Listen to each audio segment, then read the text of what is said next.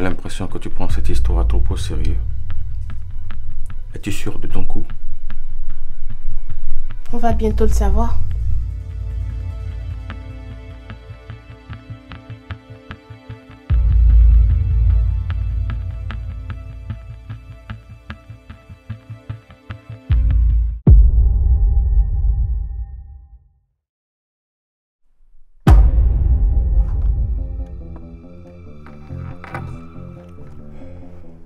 Monsieur Isaac Ndam, quel est l'objet de votre visite à Cotonou?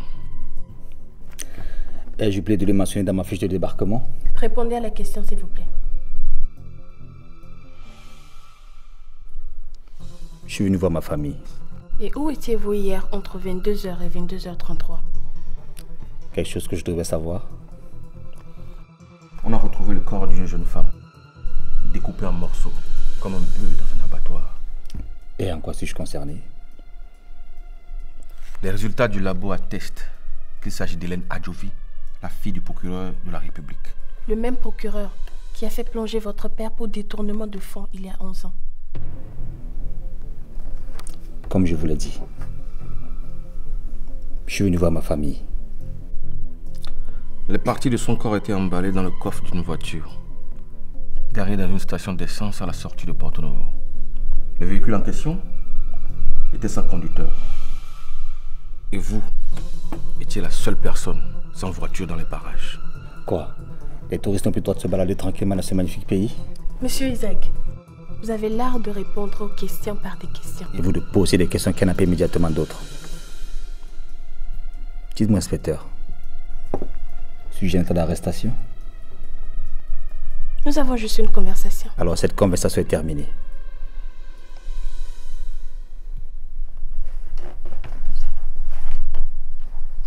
Lieutenant,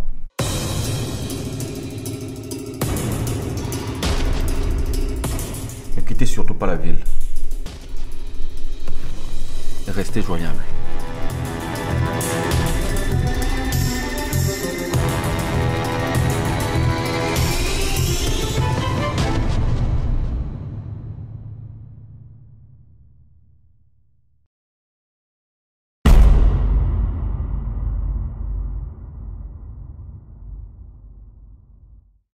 Amour des amours, c'est la relation entre la France et l'Afrique qui n'a jamais autant fait parler.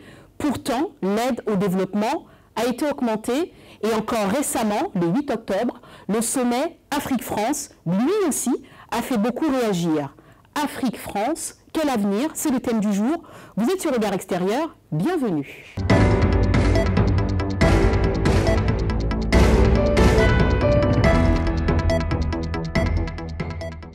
La relation entre la France et l'Afrique, c'est toujours de très bonnes relations, selon moi. Je trouve qu'il n'y a pas de problème. La relation entre l'Afrique et la France, c'est comme au départ de l'histoire, la relation entre Dieu et les Africains. Parce que la France est un peu comme un Dieu dans notre esprit et les Africains sont toujours en train de croire que Dieu va les sauver. La France ne sauvera jamais personne. On a la chance ou la malchance d'y vivre, mais c'est juste parce qu'on nous a fait croire qu'on était mieux ici et moins bien qu'en Afrique. Et quand on y vit, on se rend compte que l'Afrique a beaucoup de choses. Mais sauf que, comme tout à l'heure au niveau de l'agression ou des coups d'État qu'on fait en Afrique, on a l'impression que ça va changer les choses, mais rien ne va changer les choses par les autres. C'est nous qui allons changer les choses en Afrique. Et si on n'éduque pas et que nos femmes, parce que j'indexe beaucoup les femmes souvent dans le discours que j'ai, parce que ce sont les femmes qui éduquent les femmes et ce sont les femmes qui éduquent les hommes. Donc si nos femmes ne reprennent pas leur rôle à la main et qui ne rentrent pas à la base de ce que nos mamans nous disaient avant pour dire que le peuple africain a beaucoup de ressources. Et ce sont nos mamans qui doivent nous enseigner ça. Bonjour à toutes et à tous, merci d'être fidèles et surtout de continuer à nous suivre. Je suis ravie de vous retrouver pour ce nouveau numéro de Regard Extérieur, Afrique-France. Quel avenir? Tout avait pourtant si bien commencé. L'Empire français avait ses précarés en Afrique. Ensuite, il a été question d'indépendance, la fin du parti unique. Et puis, aujourd'hui, nous sommes en 2021. On a eu un sommet à Montpellier, Afrique-France, organisé par le président français Emmanuel Macron. Pour en débattre, je reçois deux habitués de ce plateau. Je vais commencer par vous. Éléonore Bassop, je rappelle que vous êtes l'ancienne vice-présidente du CRAN. Bienvenue. Merci de m'avoir invitée et ravie de vous retrouver, Karine. C'est moi qui vous remercie et puis je précise également que vous êtes une militante chevronnée. Vous avez l'habitude de parler des questions d'égalité, de défendre les droits des Africains en France. Je suis flattée. Très bien. Et puis à ma droite, je précise, Jean-Félix Zang, je rappelle que vous êtes juriste, vous êtes militant chez les LR, les Républicains. En ce moment, Valérie Pécresse est donc pressentie pour être en face d'Emmanuel Macron, le président pour les prochaines élections présidentielles. Bienvenue. Merci, bonjour à vous. Bonjour, et je rappelle que vous aussi, vous avez l'habitude de militer. Vous êtes déjà rencontrés tous les deux sur ce plateau. Mais enfin, revenons au sujet du jour. Votre réaction, au mois d'octobre, s'est tenu le sommet à Montpellier entre l'Afrique et la France, organisé par le président Emmanuel Macron. Avant de parler de ce sommet, je rappelle quand même que le président Emmanuel Macron a augmenté l'aide au développement en ce qui concerne l'Afrique. Alors, très intéressant ce que vous dites, parce qu'effectivement, qu'allons-nous retenir de ce sommet? 3000 Africains dans une salle surchauffée, la présence du président Macron, l'absence des chefs d'État africains, est-ce que c'est nouveau? On va en parler pendant cette émission. Moi, je ne pense pas, mais on en discutera. Moi, ce que je retiens, c'est d'abord la présence d'Achille Mbembe, l'intellectuel camerounais, qui effectivement a organisé, et l'architecte de cette grande conférence à Montpellier. Lorsqu'effectivement il s'est engagé auprès d'Emmanuel Macron dans la rédaction du rapport qu'il a remis par la suite au président français, il a notamment déclaré « Emmanuel Macron a une vision pour l'Afrique ». On va parler de cette vision. Mais ce qui est intéressant, c'est de voir à quel point est-ce que, y compris un intellectuel comme Achille Mbembe, qui pourtant dénonce les vieilles lunes et les vieux complexes, les vieilles rancunes de la diaspora ou des Africains vis-à-vis de la France, lui-même, il s'enferme dans une espèce de discours, dans une espèce de posture qui nous entraîne dans une espèce d'impossibilité de sortir de ce tête-à-tête avec la France. Et moi, je trouve ça plutôt compliqué, dangereux dans le monde dans lequel on est aujourd'hui. Et donc, c'est ça que moi, je retiens effectivement de ce sommet France-Afrique. Donc, pour vous, c'est plutôt un fiasco de par la présence d'une part d'intellectuels comme Achille Mbembe et puis de cette jeunesse. C'est pas, alors, le fiasco, je ne le verrai pas là. Je pointe la présence d'Achille Mbembe parce qu'effectivement, intellectuel camerounais qui avait quand même fortement critiqué la francophonie, qui avait fortement critiqué Emmanuel Macron et sa gestion de cette francophonie, qui aujourd'hui est devenu un adepte d'Emmanuel Macron, qui aujourd'hui se dit, propose comme ça une nouvelle vision via Emmanuel Macron de l'Afrique. Mais j'ai envie de dire qu'en Afrique, on se bouge déjà. Est-ce qu'on a attendu Emmanuel Macron pour que l'Afrique se bouge? Et je pense que cette réunion avec ces Africains à Montpellier le 8 octobre, c'est un nouveau crachat à la figure du continent africain. Ce n'est pas, pour moi, ce n'est pas un fiasco, c'est encore une attitude méprisante vis-à-vis de l'Afrique. Très bien. Jean-Félix Zang, on revient sur ce sommet qui a fait couler beaucoup d'encre, la présence effectivement d'une jeunesse africaine, la présence des intellectuels. Vous, qu'est-ce que vous avez ressenti à ce moment-là? Est-ce que c'est une bonne initiative de la part d'Emmanuel Macron pour redessiner la relation entre le continent africain, en tout cas une partie du continent, et la France? Si vous voulez, c'est toujours un peu la même chose. J'écoutais ce que disait Éléonore à l'instant. Quand il s'agit des sommets où on a le président français et les chefs d'État africains, alors tout le monde y va de sa plume. Les droits de l'homme, les pays qui ne se développent pas, la malgouvernance, etc. Mais voilà un nouveau président qui a une nouvelle approche, en réalité, du continent africain, de par lui-même qui est jeune, qui n'est pas de la génération des anciens présidents, Sarkozy, Hollande, Chirac, et j'en passe, je ne vais même pas jusqu'à Mitterrand, Pompidou, ou encore le général de Gaulle. Voilà un nouveau président qui veut réorienter les relations entre l'Afrique et la France en misant sur la jeunesse. Et quand je dis jeunesse, je parle de la société civile, en particulier la diaspora. Voilà, ça c'est son créneau. Alors, on peut toujours noter ici des incohérences, des insuffisances, etc. Mais moi j'ai trouvé que c'était une nouvelle approche, c'est-à-dire le format en lui-même, la discussion du chef d'État, d'une certaine façon d'égal à égal, hein, sur une estrade avec des membres de la diaspora, de la société civile, une salle remplie de 3000 personnes comme Éléonore l'a dit, c'était absolument nouveau, ça il faut quand même le noter. Ça c'est le premier point. Le deuxième point concernant Achille Mbembe, alors il faut savoir soit Achille Mbembe, qui est un historien de renommée, très connu, un intellectuel de premier plan, très lu par la jeunesse africaine, très aimé. Moi, j'ai en souvenir à l'université un professeur en droit, qui lui-même d'ailleurs a des origines africaines, notamment du Congo, qui me parlait beaucoup d'Achille Mbembe, que personnellement, moi, je ne connaissais pas. Et Dieu seul sait que je suis passionné par l'histoire et les questions de politique, du moins la chose publique. Et puis, je suis allé regarder, j'ai fouillé, j'ai dit, tiens, quel est cet intellectuel qui a des positions aussi acerbes, aussi affirmées sur le rapport entre la France et l'Afrique, et très dur, même parfois à l'égard de la France. Et donc, moi, j'avais accueilli ça avec beaucoup de sarcasme. Je me suis dit, tiens, Achille Mbembe, qui a eu des positions très dures, qui désormais va travailler avec Emmanuel Macron sur ce forum France-Afrique, qu'est-ce que ça va donner? Je termine en disant que je crois qu'Éléonore n'a peut-être pas eu le temps d'aller regarder un petit peu, mais il se trouve qu'il a donné 2 interviews. Chez vos confrères du RFI, chez vos confrères du Monde, et même chez Jeune Afrique, où il expliquait quelle était sa démarche, où il raconte d'ailleurs l'entrevue qu'il a eue avec Emmanuel Macron à l'Élysée, où on lui demandait d'apporter un nouveau souffle. Et d'ailleurs, je veux dire que on a choisi Achille Mbembe pourquoi? Pour ses positions, pour donner un côté, si vous voulez, libre, pour que la parole soit libre, pour ne pas rentrer dans le pia-pia France-Afrique habituel entre ce qu'on appelle des autocrates, des présidents qui sont là depuis des décennies, et la fameuse classe politique française de droite comme de gauche, d'ailleurs je vous mets à l'aise, qui est bercée à ce biberon depuis tant de décennies. Donc je crois que pour moi c'était un nouveau souffle, qui est Achille Mbembe, voilà, ça donnait un nouvel élan, et surtout une nouvelle, je dirais, une nouvelle orientation. Voilà, c'est ce que moi j'ai retenu quand même. Donc alors selon vous, si je comprends bien, pour vous, Jean-Félix, c'est important pour redessiner cette nouvelle relation de faire asseoir tout le monde, les intellectuels. Je rappelle quand même que Nicolas Sarkozy, qui appartient à votre famille politique, était allé à Dakar, où il avait dit que le drame de l'Afrique, c'est qu'il n'y a aucun Africain qui est réellement rentré dans l'histoire. Emmanuel Macron peut-il réparer cela, selon vous? Ouais, je savais bien que vous y viendrez, et je ne doute pas qu'Éléonore, qui est une grande fan de Nicolas Sarkozy, elle aussi, il serait revenu. Trépigne d'impatience de vous répondre sur Nicolas Sarkozy. Non, mais je sais l'admiration que vous avez pour Nicolas Sarkozy, ça je n'en doute pas un instant, vous allez nous le démontrer.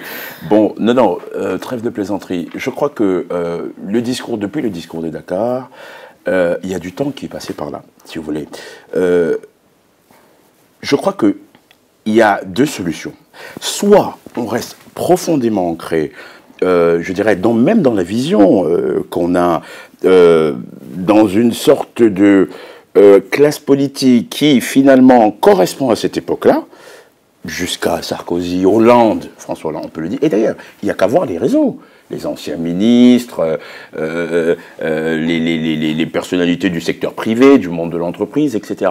Mais là, on a un président qui, de par son âge, son état civil, qui est jeune, qui n'a pas connu cette époque-là, qui a connu l'Afrique depuis son premier stage de l'ENA, qui est souvent rappelé par les journalistes politiques ou même son biographe, et qui, lui, dans sa vision du monde qu'il a, parce qu'Emmanuel Macron, c'est quand même un peu...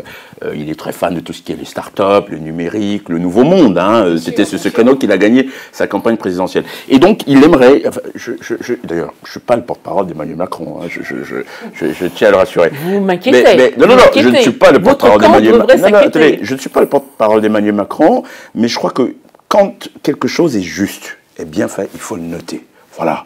Donc, moi, je trouve que l'approche qu'il a, c'est un nouveau souffle, c'est un air frais, si je puis dire. On verra ce que ça va donner. La mise en place du Conseil présidentiel africain auprès de lui, qui est chargé d'insuffler une nouvelle politique via des notes, des recommandations, des observations, qui rencontre la société civile, qui rencontre des diasporas, qui visite quelques pays du continent, qui fait remonter des notes. Il y a eu beaucoup de sarcasme là-dessus, hein, concernant le CPA, comme on l'appelle aujourd'hui. On peut saluer les actions d'Emmanuel Macron là-dessus. En tout cas, Jean-Félix, effectivement, semble saluer ses actions. Moi, je serais de l'avis absolument contraire. Non, je ne vais pas saluer les actions. Je dis que quand quelque chose est neuf, de nouveau, oui, il faut le noter. Oui. Le format est nouveau entre le président et la diaspora. Vous et moi appartenant à la société civile. Absolument, complètement. Alors, vous devez le saluer. Si ça avait été des autocrates, les anciens présidents, autocrates d'ailleurs, c'est pas moi qui le dis, qualifiés par leurs détracteurs, qu'est-ce qu'on aurait encore dit? Ah tiens, le président jeune, qui est arrivé depuis le discours de Ouagadougou en novembre 2017, qui a dit qu'il voulait tout changer, refonder la France-Afrique, on a tout entendu, parce que tous les chefs d'État qui arrivent proposent un nouveau discours. Qu'est-ce qu'on aurait dit? Maintenant, voilà un nouveau format entre la société civile, enfin, la jeunesse, les chanteurs, les entrepreneurs, les sportifs. De quelle société civile parle-t-on? Est-ce que ces 3000 Africains présents à Montpellier représentent aujourd'hui les populations ou même la société civile africaine en Afrique? Je dirais que non. Quand on voit le sentiment anti-français qui monte de ces populations-là, non. Cette société civile de ces 3000 Africains à Montpellier, pour moi, c'est la suite ou c'est le continuum de la France-Afrique.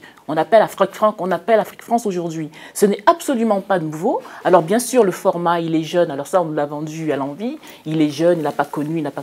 Mais en même temps, il salue Napoléon. En même temps, il salue De Gaulle. En même temps, il salue tout le monde. Enfin, De Gaulle, c'est la France. De Gaulle, c'est l'ancien président de la France. Non, mais Napoléon, c'est la France aussi. Oui, Napoléon, c'est la France aussi. Pardon, mais Napoléon, c'est la France aussi. Bah oui. Sauf pour certains d'entre nous, effectivement, qui nous rappelons, voilà, on se rappelle que Napoléon, c'est aussi le rétablissement de l'esclavage. Donc, effectivement, moi, je ne me situe pas. Oui, mais je ne me situe pas dans cette histoire-là. Je ne veux pas me situer dans cette histoire-là. Donc, effectivement, Emmanuel Macron, lui, se situe dans cette histoire-là. Donc, qu'on nous vende à chaque fois à l'envi, il est jeune, il apporte un nouveau souffle, etc.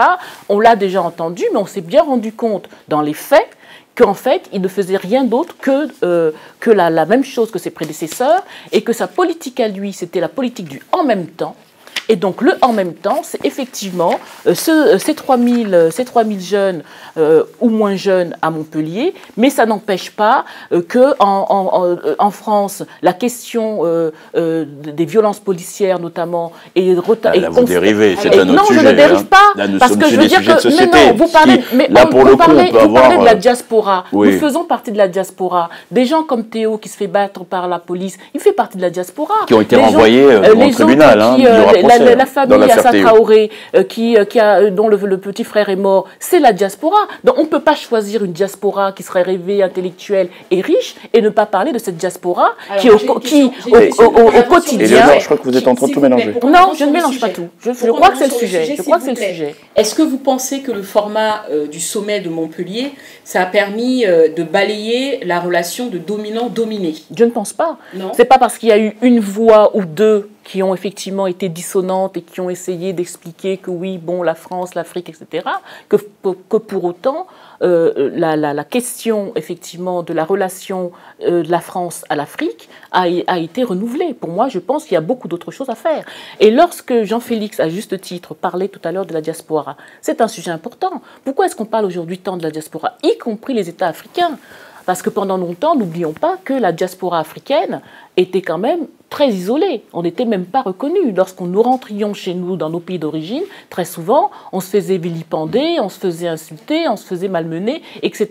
De plus en plus, aujourd'hui, les pays africains reconnaissent aussi la diaspora et encore plus les pays européens. Pourquoi? Mais parce que nous sommes une manne financière importante. Quand on voit les flux financiers de cette manne,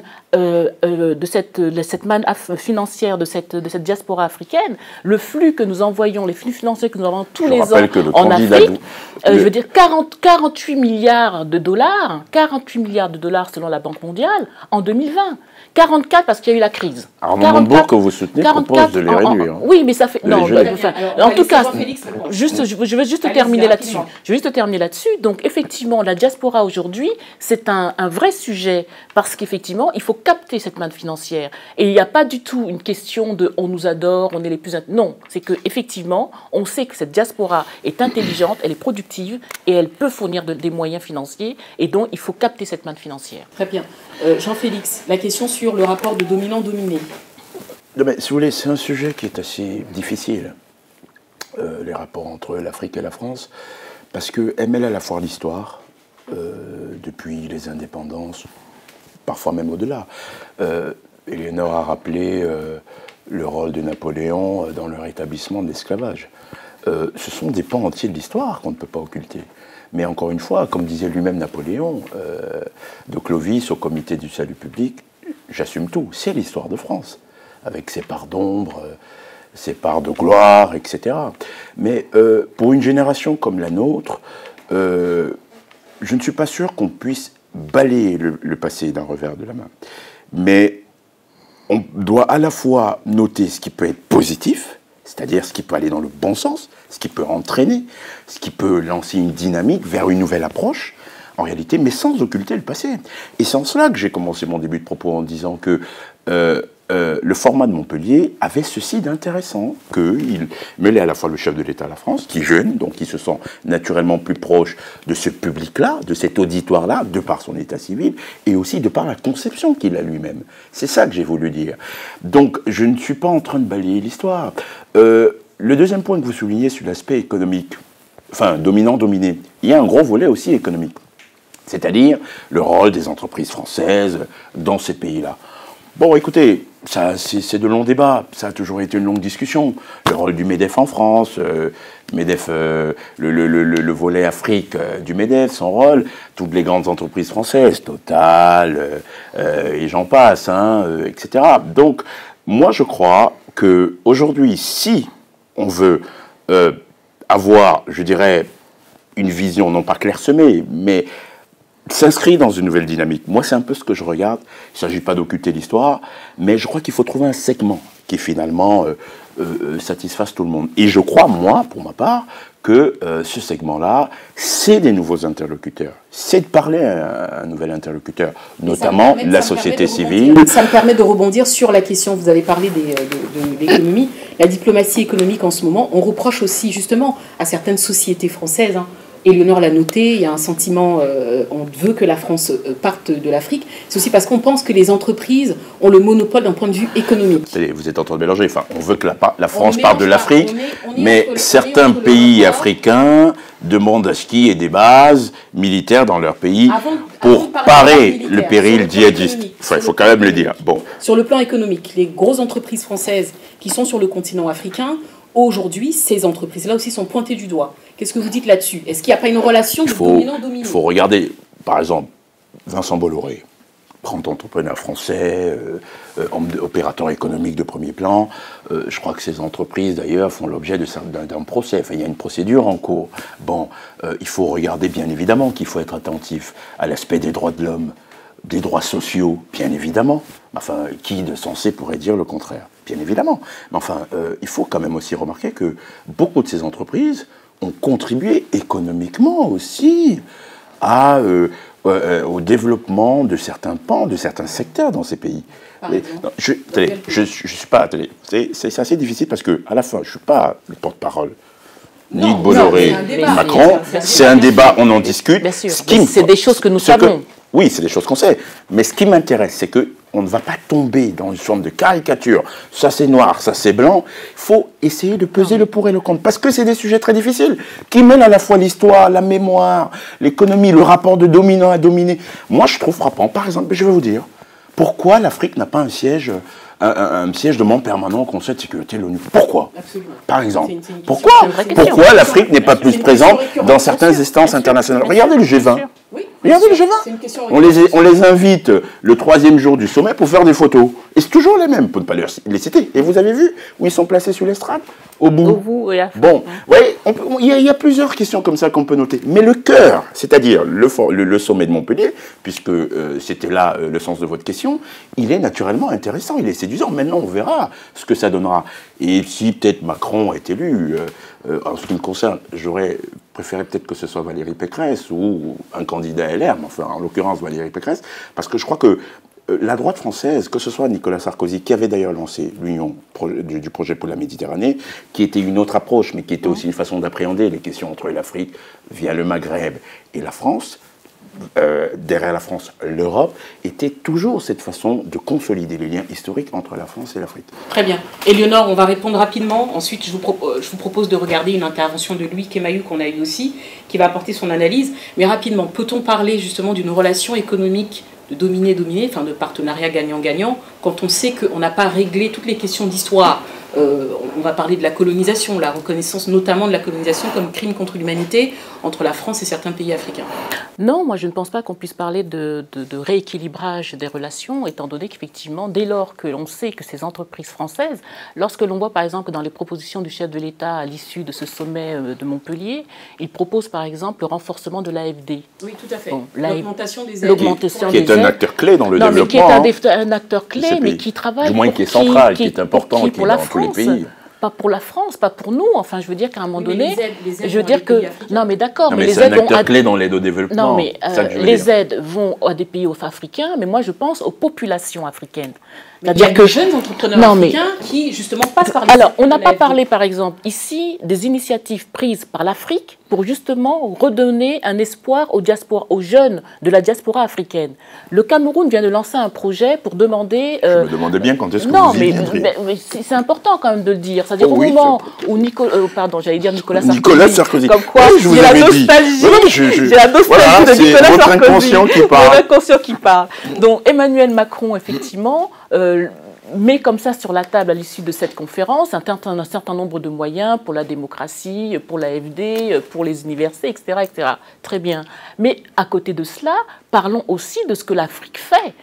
C'est-à-dire, on est sur une chaîne de télévision africaine, il faut quand même qu'on se dise que l'Afrique n'attend rien de la France, qu'elle se bouge aussi. Et le Diaspora Youth Project qu'est en train de lancer le Cameroun notamment, et qui permet effectivement de ramener les jeunes de la diaspora, de financer des projets de la diaspora, et ce projet donc, qui est parrainé par l'écrivain national Calixte Biala, c'est important d'en parler. Et des initiatives de ce genre, elles se font aussi au Togo. Le Togo vient de lancer notamment un projet pour leur diaspora, etc., etc., etc.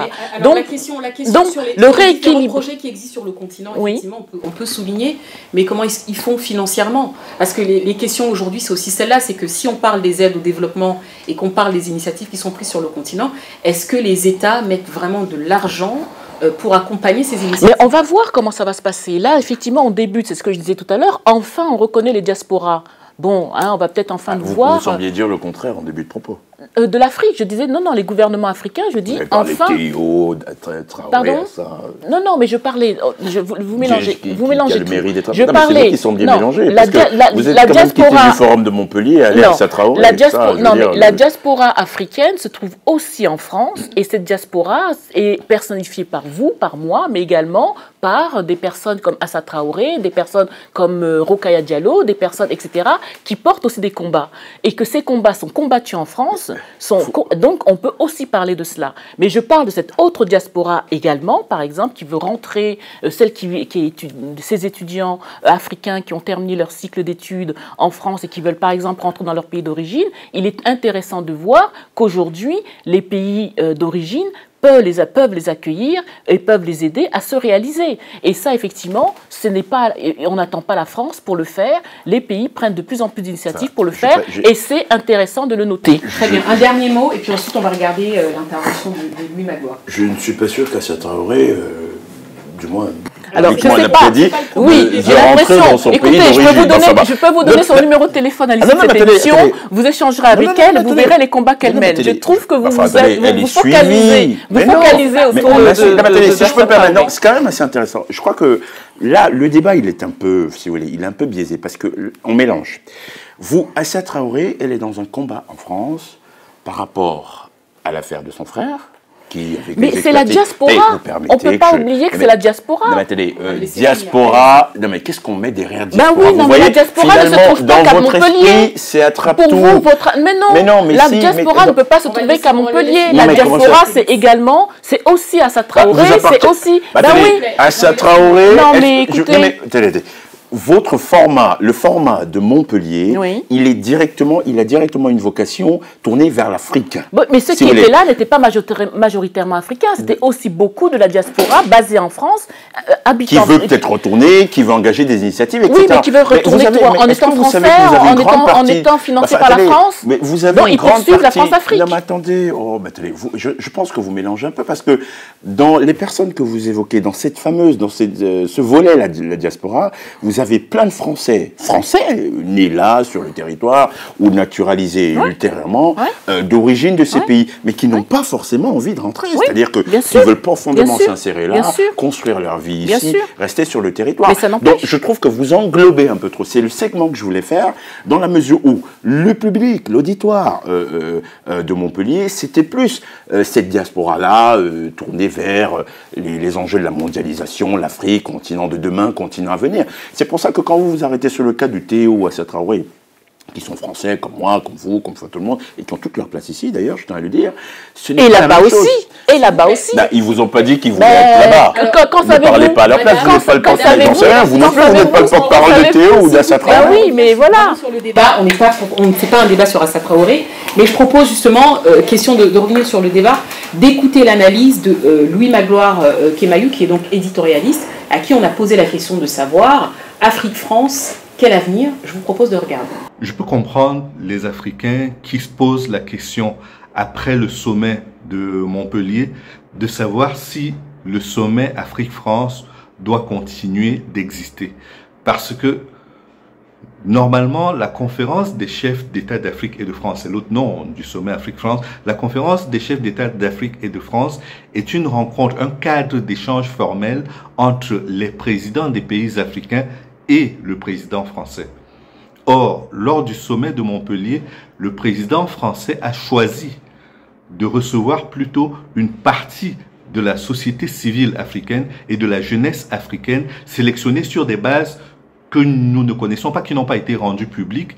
Et donc, si aujourd'hui, le président Macron, après cette rencontre où il ne convoque pas ses pairs africains, mais leur société civile et leur jeunesse, continue de se comporter comme lors du sommet de Pau, où il avait convoqué les chefs d'État des pays du G5 Sahel pour qu'ils disent si oui ou non ils sont en phase avec ce qu'ils considèrent être comme la montée du sentiment anti-français dans leur pays, et donc qu'ils disent si oui ou non ils sont favorables à la poursuite des opérations extérieures de l'armée française dans leur pays. Je crois que dans la diplomatie, il y a la façon de faire qui est tout aussi importante que ce que l'on fait. Or, que ce soit pendant le sommet de Pau ou pendant le sommet de Montpellier, je n'ai pas eu l'impression que le président Macron a mis la forme pour ménager ses partenaires africains. Soit il considère aujourd'hui que l'avenir des relations entre l'Afrique et la France devrait se passer dans deux cadres seulement. D'une part, le cadre bilatéral où les chefs d'État se parlent directement entre eux, et d'autre part, sur le plan multilatéral, dans un cadre plus global qui concerne cette fois l'Union européenne et l'Union africaine. Dans un cas comme dans l'autre, il faut être clair dans ce que l'on fait. Or, après les sommets de Montpellier et de Pau, je n'ai pas l'impression qu'il y a de la clarté. Et donc, c'est la responsabilité de nos chefs d'État africains, de prouver qu'ils ont de l'amour propre et de l'amour pour leur pays, qu'ils veulent faire respecter leur pays et se faire respecter puisqu'ils sont les représentants de leur pays. Et donc, c'est à eux de se poser la question de savoir si ce sommet doit être poursuivi et poursuivi dans le format qui convient uniquement au chef de l'État français. C'est une question qui est posée, mais ce n'est pas à nous d'y répondre, c'est aux dirigeants. Ils sont nos représentants, ils sont nos élus, c'est à eux de décider pour nous et de tenir compte de nos susceptibilités également. Donc pour moi aujourd'hui, même si le sommet Afrique-France existe au même titre que le sommet Chine-Afrique, que le sommet Turquie-Afrique, que le sommet Russie-Afrique, pour ne citer que ces pays-là, il y a une dimension particulière concernant le sommet Afrique-France qui est que dans la plupart des cas, les Africains considèrent que la France est une ancienne puissance coloniale dans leur pays et que si on doit continuer dans un rapport où l'on a l'impression que le complexe du colonisé et celui du colonisateur continue de se poursuivre plus de 60 ans après les indépendances, il y a mal donne. Donc j'espère qu'il y aura une vraie réflexion là-dessus de part et d'autre, aussi bien en France que dans les pays africains. Alors, vous venez d'écouter Louis Magloire Kemayou, qui lui fait une analyse en expliquant, effectivement, il souligne le format de cette rencontre, mais effectivement, il pointe aussi l'absence des gouvernants dans ce sommet et ce sur quoi vous aviez déjà insisté. Mais pour qu'on avance dans le débat, je voudrais souligner quand même qu'il y a aussi une évolution. On a vu que Emmanuel Macron a procédé à la restitution du patrimoine culturel au continent africain, notamment avec des œuvres qui ont été retournées au Bénin, et puis il y a des œuvres qui vont retourner au Sénégal aussi. Éléonore Bassop, est-ce qu'on peut dire que ça va normaliser la relation entre la France et les anciennes colonies françaises?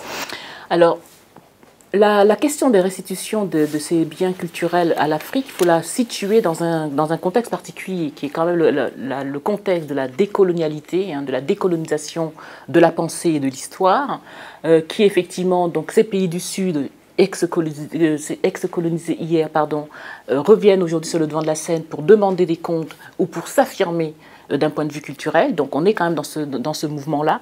On est également dans cette période où l'art africain est de plus en plus prisé. Il n'y a qu'à voir la Biennale de Dakar, il n'y a qu'à voir la Foire internationale de Marrakech et toutes ces grandes manifestations culturelles sur l'art africain. Donc on est dans ce contexte-là.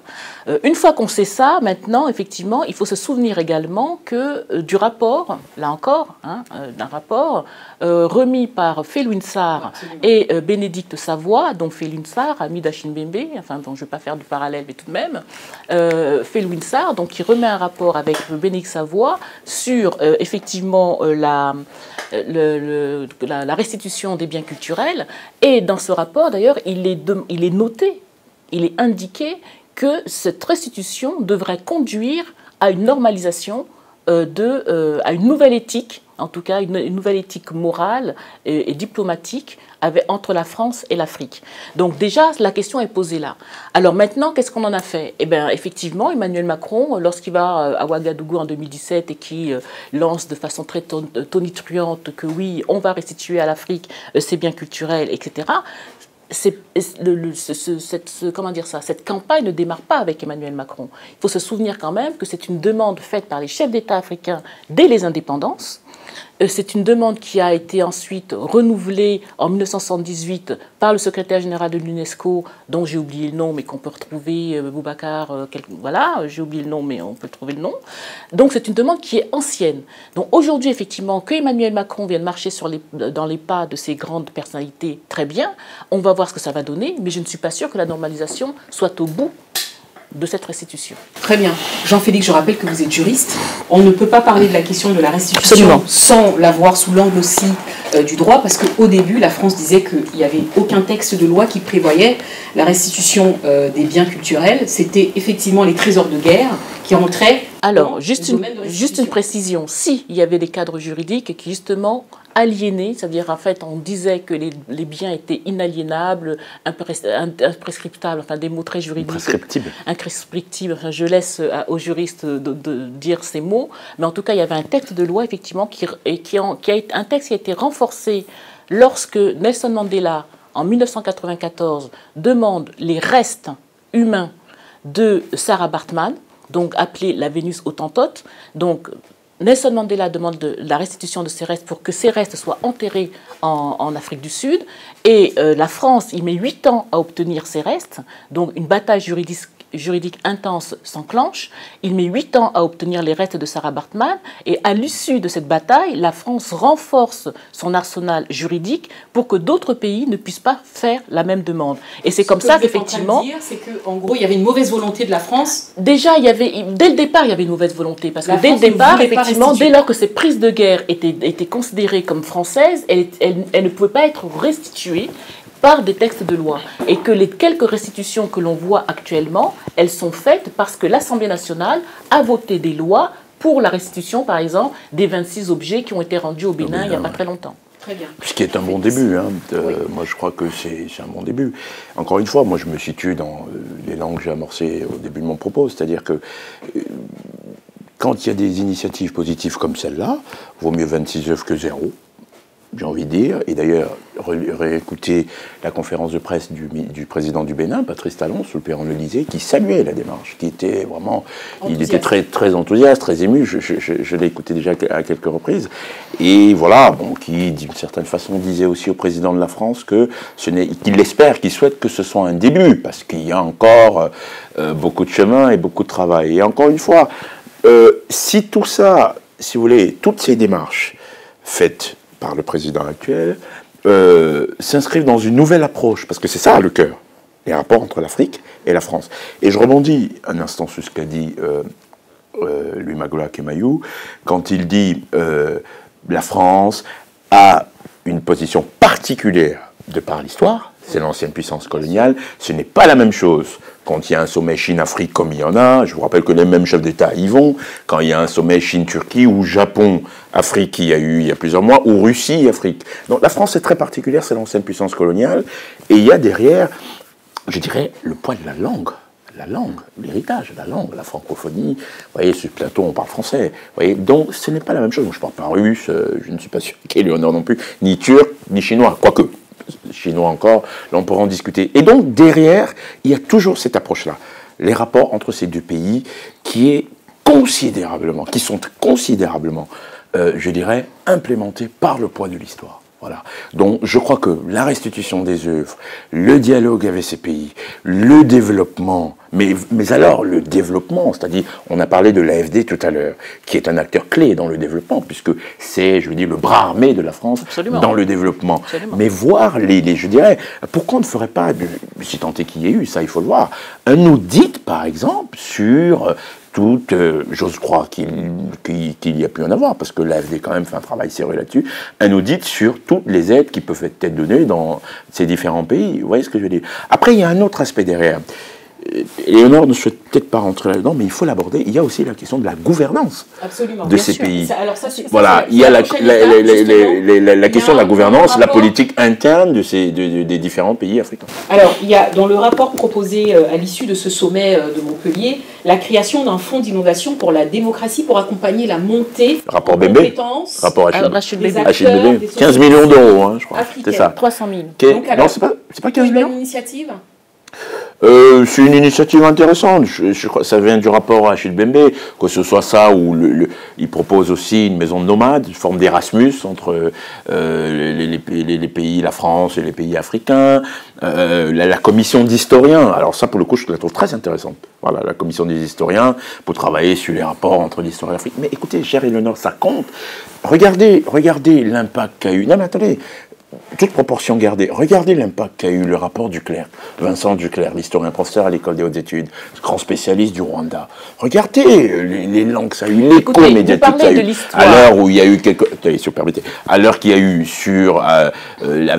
à l'heure des quelques procès qu'il y a sur le Rwanda par rapport au génocide. Regardez l'écho que ça a eu. On parle d'aveuglement. Vous voyez, ce rapport qui a été repris. Donc, les choses bougent, les lignes bougent. Quand je le dis, moi, je ne suis pas un porte-parole du gouvernement. Encore une fois, je ne suis pas le porte-parole d'Emmanuel Macron. Mais de par ma position... Enfin, vous avez parlé de Nicolas Sarkozy 3 fois. C'est dire quand même que le spectre est plus élevé de votre côté que du mien. Donc, d'ailleurs, je crois que en parlant de Nicolas Sarkozy... Monsieur Sarkozy, si vous nous entendez, nous vous saluons. Mais non, vous n'avez pas parlé... ça du tout. Non, mais vous n'avez peut-être pas parlé de l'initiative du Quai Branly, le musée Jacques Chirac, avec les œuvres africaines, sa passion pour les arts africains. Voilà, vous voyez ce que je veux dire? Donc quand il y a des élans, je vous promets que je vous laisse la parole. Quand il y a des élans positifs, il faut les saluer. Mais saluer ces élans, saluer cette démarche, comme le forum de Montpellier. Il ne s'agit pas d'occulter l'histoire ou les mauvaises choses qui peuvent être faites. Moi, je m'étonne qu'on ne parle pas de la gouvernance, par exemple, de certains pays africains. Pour revenir effectivement sur le musée du Quai Branly, le musée du Quai Branly, comme les galléristes d'art africains, font partie quand même aujourd'hui d'une espèce de coalition de lobby anti-restitution. C'est-à-dire que quand vous savez que 97 000 œuvres, sur les 97 000 œuvres africaines, d'art africaine, enfin objets africains, qui se trouvent en France aujourd'hui, vous en avez 70 000 au musée du Quai Branly. Vous imaginez un peu si la restitution devait être effective et définitive? Ça veut dire qu'on vide le Quai Branly de ces trésors. C'est quand même, aujourd'hui, il faut quand même se dire que le tourisme muséal en France, c'est 1,5 million de touristes par saison. Donc c'est une donne, là encore. Du Louvre, le musée d'Orsay. Le musée du Louvre, le musée du Louvre. Il faut savoir quand même où placer l'échelle. Non, mais le musée du Louvre, vous avez une démarche qui est absolument incroyable. Absolument pas. C'est de globaliser et de mettre tout. Faire des visiteurs. C'est une forme d'attrape-tout quand même. Le musée du Quai Branly. Vous avez une démarche qui ne change pas avec le temps. Oui, ben non. Le musée du Quai Branly continue effectivement. La majorité de ses visiteurs viennent voir le trône du roi Guézo, les sceptres du roi l'histoire de France, oui. Non, c'est pas l'histoire de France, c'est l'histoire de l'Afrique. Oui, je parlais de l'histoire de France. Moi, je oui, parle pas, non, mais pas au musée par rapport aux exemples que vous venez de donner. Pas au musée du Quai Branly. Oui, pas je vous conseille pas le musée du Quai Branly, mais le Louvre, le musée d'Orsay ou d'autres musées. Donc oui, mais je veux dire qu'à un moment donné, il faut aussi se souvenir de ça. C'est-à-dire qu'en plus, comment dire ça, ces revenus financiers qui sont générés par ces visites ne sont pas rendus aux ayants droit. Moi, je connais les ayants droit, par exemple, de la famille Guézo, du roi Guézo. Allez donc dire au prince Serge Guézo que le trône de son grand-père, de son aïeul, rapporte quoi que ce soit non seulement à lui, mais encore moins à son pays. Non, ça ne rapporte rien. Donc c'est une bonne chose qu'effectivement ces œuvres reviennent, mais ce n'est pas pour moi une normalisation. Il faut également situer cette restitution dans le cadre plus complexe et plus grand de la demande de réparation. Je parlais tout à l'heure du contexte de la décolonialité. La décolonialité est soulevée notamment par des organisations comme le MIR en Martinique ou comme la Fondation France Fanon en France. C'est de demander des réparations à cette colonisation parce qu'en fait, la demande de restitution aujourd'hui, c'est une boîte de Pandore, parce que demain, l'Afrique peut demander réparation pour l'ensemble des crimes commis par les puissances coloniales sur son territoire. Et c'est pour ça qu'il y a eu des freins comme ça au fil des ans, et qu'aujourd'hui, elles vont se faire au compte-gouttes, mais je ne suis pas sûre que ça réglera la question de la normalisation. La création d'un fonds pour financer les démocraties, qui est proposée à l'issue de ce sommet. La création également d'une maison des mondes africains et des diasporas. La maison de l'Afrique, par exemple. On a parlé de qui existe déjà. Qui existe, mais pas sous la forme telle que beaucoup la veulent. Mais qui existe en effet. Mais la Maison de l'Afrique, c'est une idée portée notamment, on a parlé de Calixte Béala tout à l'heure, qui portait ce projet du gouvernement français. Calixte Béala, avec son organisation, dont j'ai oublié le nom, pardon, ça fait des années qu'elle porte cette question-là. Et comme elle me l'a dit encore il n'y a pas très longtemps, tous les gouvernements français successifs l'ont renvoyé en disant « circuler, il n'y a rien à voir ». Donc effectivement, je suis d'accord avec vous, qu'Emmanuel Macron se réveille aujourd'hui et découvre l'intérêt et l'importance d'une maison de l'Afrique, mais j'ai envie de dire qui on y mettra à la tête. Ses prédécesseurs l'ont fait. Une de ces personnes qui était présente à Montpellier, pour moi, si c'est une de ces personnes qui était présente à Montpellier, c'est que cette question est biaisée d'avance. Alors, juste pour qu'on continue, on revient donc sur le sommet de Montpellier. Il y a eu une polémique qui a éclaté, mais avant, je vous propose que l'on regarde l'intervention d'Elda qui parle de la marmite. Je ne sais pas si vous vous souvenez de ce passage, et on revient en plateau. Ceci, si la relation entre les pays d'Afrique et la France était une marmite, sachez qu'elle est très sale, cette marmite. Elle est sale de reconnaissance légère des exactions commises. Elle est sale de corruption. Elle est sale de non-transparence. Elle est sale de vocabulaire dévalorisant. Elle est sale, Monsieur le Président. Je vous invite à la recurer par des actions concrètes. J'ai déjà proposé des actions, commencez. Mes amis le feront aussi. Si vous refusez de la laver, si vous voulez quand même préparer là-dedans, je ne mangerai pas. Nous ne mangerons pas. L'Afrique ne mangera plus. Le repas. Écoutez. Le repas.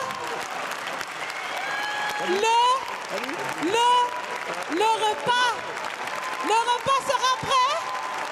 Vous serez le seul à table avec un appétit difficile. À bon entendeur, salut. Merci. On a vu l'intervention de Elda, je rappelle, qui est originaire du Burkina Faso. À l'issue de cette intervention, on a vu apparaître des polémiques qui disaient que les jeunes qui étaient présents à ce sommet avaient été préparés, des éléments de langage leur avaient été soumis. Je vais commencer par vous, Jean-Félix. Écoutez, moi je ne suis pas dans le secret des dieux. Les jeunes manipulés, une jeunesse corrompue. Je ne suis pas dans le secret des dieux, très honnêtement. Je ne sais pas si ces jeunes ont été préparés, c'est ce qui est dit. J'ai lu comme vous différentes analyses, réflexions ici concernant ce que vous abordez. Je ne sais pas, je ne suis pas dans le secret des dieux. Mais il faut quand même remarquer que, au-delà de ce qui peut être dit, l'interaction entre le président de la République et ces jeunes, elle était vivante. Elle était vivante et très spontanée. Voilà, donc c'est ce qui donnait aussi un caractère novateur au forum, au format, si vous voulez, dans la nouvelle approche des relations entre l'Afrique et la France. Éléonore, sur la polémique. Ben, moi, j'ai envie de dire, oui, mais est-ce que ça vous surprend? Des jeunes, la société civile, non, mais la société civile qui va à la rencontre d'un chef d'État et qui ne serait pas accompagné. Et Achille Mbembe, il a été... je ferai comme vous, je ne suis pas dans le secret des dieux, mais moi j'ai envie de dire, je ne suis pas surprise. Quand on voit le grand sourire d'Emmanuel Macron, alors que soi-disant il se fait plus ou moins bousculer par le propos de cette jeune femme, oui, il s'attendait à cette question. Oui, il fallait montrer qu'il y a quelques divisions et donc il y avait une voix comme ça, dissonante, qui pouvait dire ce que ressentiraient... Le sommet de Montpellier vous a pas marqué les masses. Ce que ressentiraient les populations africaines. Mais pour moi, qu'elle a été préparée, accompagnée et coachée, oui, ça ne me suis pas du tout, je ne suis pas du tout surprise. Dernière question, ensuite on va accueillir une autre invitée. Qu'est-ce que vous proposez pour cette nouvelle relation entre la France et les anciennes colonies françaises? Oh, ben moi j'ai envie de dire, oui, il faut déjà répondre à la question. Alors, reconnaissance et réparation. Reconnaissance et réparation. C'est également le slogan, notamment, enfin c'est en tout cas le thème de la décennie des personnes d'ascendance africaine dans laquelle nous nous situons actuellement, instituée par les Nations Unies. Très bien. Un travail de mémoire. Un travail de mémoire, et parce que, vous savez, la France, elle a une particularité, surtout depuis plusieurs années maintenant, c'est comme un individu blessé qui aurait perdu sa mémoire. C'est un travail de mémoire considérable. Le rôle des intellectuels, non pas simplement au sens abstrait, comme disait Éléonore, les historiens, regardez les deux histoires. Et je dois vous dire que j'ai l'impression que plus on avance, plus finalement les histoires elles sont liées. Regardez les enjeux à venir. La démographie en Afrique, qui ne cesse de croître. Dans 50 ans, on nous annonce plus d'1 milliard, voire plus, enfin je n'ai pas les chiffres exacts, considérable. L'orientation, l'avenir, c'est où? L'Europe, le continent européen. C'est-à-dire de ces pays. Bah si, le poids démographique. Non, moi je suis pas d'accord. Non mais attendez, le poids démographique, c'est-à-dire que les enjeux, si l'Europe n'anticipe pas la montée, la poussée démographique via un développement des infrastructures, un développement sur place, d'où la question de la gouvernance dont je parlais antérieurement, ça va être des sujets majeurs, ça va être très difficile, si vous voulez. Mais moi, donc, moi, j'axerais sur la mémoire. Bon, il y a beaucoup d'associations qui font un travail considérable, ce qu'Éléonore vient de souligner, réparation, sanctions, etc. Je crois que c'est un travail de génération en génération. Je ne suis pas sûr qu'un président on avait eu un président plus âgé qu'Emmanuel Macron, du moins un président de l'époque d'avant, si je puis dire, parce qu'eux, ils se targuent d'être le nouveau monde. Si on avait eu un président de l'ancien monde, je ne suis pas sûr qu'on irait jusque-là. Je vous rappelle d'ailleurs que François Hollande, l'ancien président socialiste, que Éléonore affectionne très particulièrement, enfin, sur le plan politique, avait jugé inopportun la restitution des œuvres. Oui, par Jean-Marc Ayrault, qui est aujourd'hui le président de la Fondation pour la mémoire de l'esclavage. Donc Emmanuel Macron, c'est un début. Et encore une fois, lié à son parcours, sa jeunesse, la vision qu'il a. Encore une fois, je ne suis pas son porte-parole, je ne suis pas son défenseur ici. Mais quand quelque chose est juste, il faut le saluer. Donc, je conclurai en disant la mémoire, l'histoire, et finalement, ces deux pays qui ont un destin. Regardez la réalité en face. Regardez ce que disent aussi les populations africaines. La difficulté qui est la leur, les souffrances de ces populations-là, les conditions de vie qui sont difficiles, qui sont considérablement exécrables pour beaucoup. Donc, si vous voulez, la France, si elle se targue de conserver à l'infini, comme certains le disent souvent, à jamais un lien entre ces pays et la France, de par l'histoire, alors elle a un rôle à jouer considérable. Non pas de gendarme, de donneuse de leçons sur la démocratie et autres, mais il y a le développement de ces pays qui compte, qui est très important. Deux, trois choses rapidement. La première chose, c'est que il faut quand même saluer en ce moment l'indépendance des pays comme la Barbade. La Barbade qui a été sous le joug britannique pendant des siècles. Elle est devenue indépendante, c'est devenu une république, elle a mis la reine hors de son territoire et de sa constitution. Donc ça veut dire qu'effectivement, en Afrique, il faut aussi qu'on le fasse. Nous sommes des pays indépendants, nous sommes indépendants, mais pas, enfin, quand je parle en plus de l'Afrique, je parle des pays francophones. Il faut qu'enfin les pays francophones arrêtent d'être au chevet de la France, parce que nous sommes au chevet de la France. Il faut qu'on arrête ça. Ensuite, pour moi, la France n'est pas l'avenir du monde. Pour moi, la gravité du monde aujourd'hui, elle n'est pas en France, elle n'est pas en Europe. J'ai parlé de l'Europe. La gravité du monde n'est pas en France, elle n'est pas en Europe. Elle s'est déplacée en Asie. Et si les jeunes Africains ne comprennent pas que la France, aujourd'hui, c'est l'ancien monde, y compris avec Emmanuel Macron, eh ben, ils auront perdu. Du continent européen, alors, globalement. Merci beaucoup à tous les deux. Alors, je ne sais pas si vous êtes engagés auprès d'associations. On est sur le sujet qui est intéressant, l'Afrique et la France. Je vais recevoir pour la dernière partie de cette émission une jeune femme qui, elle, depuis des années, en tout cas, réhabilite soit des orphelinats, soit se bat pour l'éducation des orphelins qui sont au Cameroun à travers son association Demdom for Africa.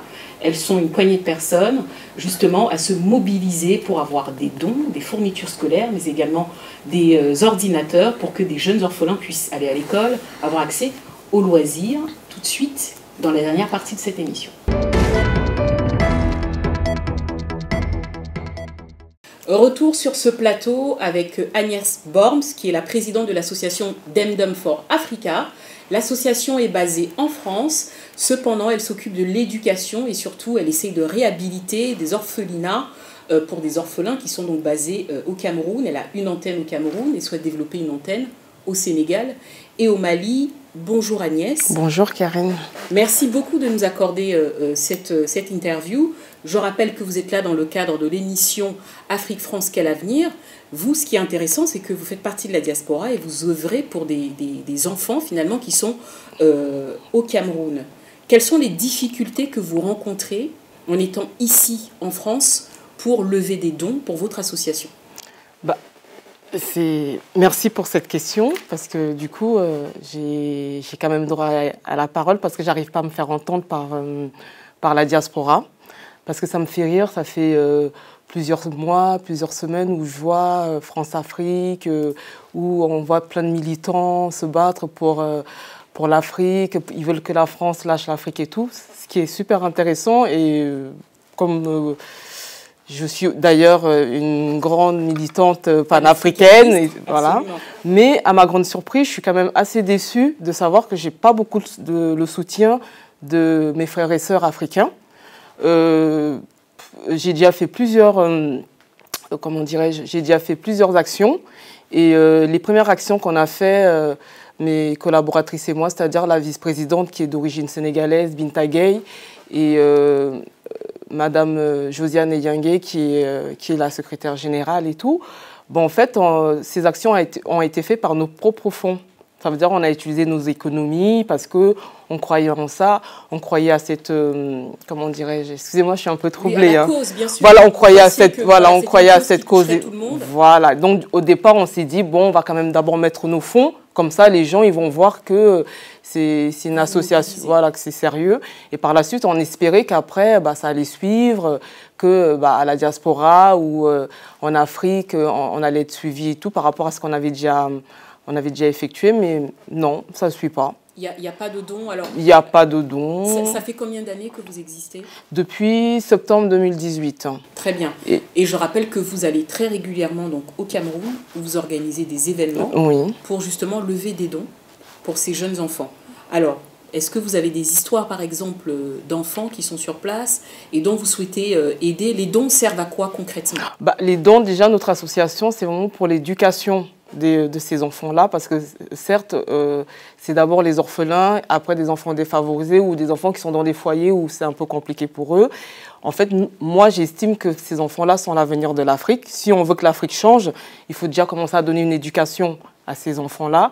Et en fait, moi, étant travailleuse sociale dans une collectivité territoriale ici en France, j'ai la chance d'avoir ma mairie qui me soutient, qui tous les ans me donne des ordinateurs. Je travaille avec 3 écoles qui me donnent des manuels scolaires, des fournitures scolaires.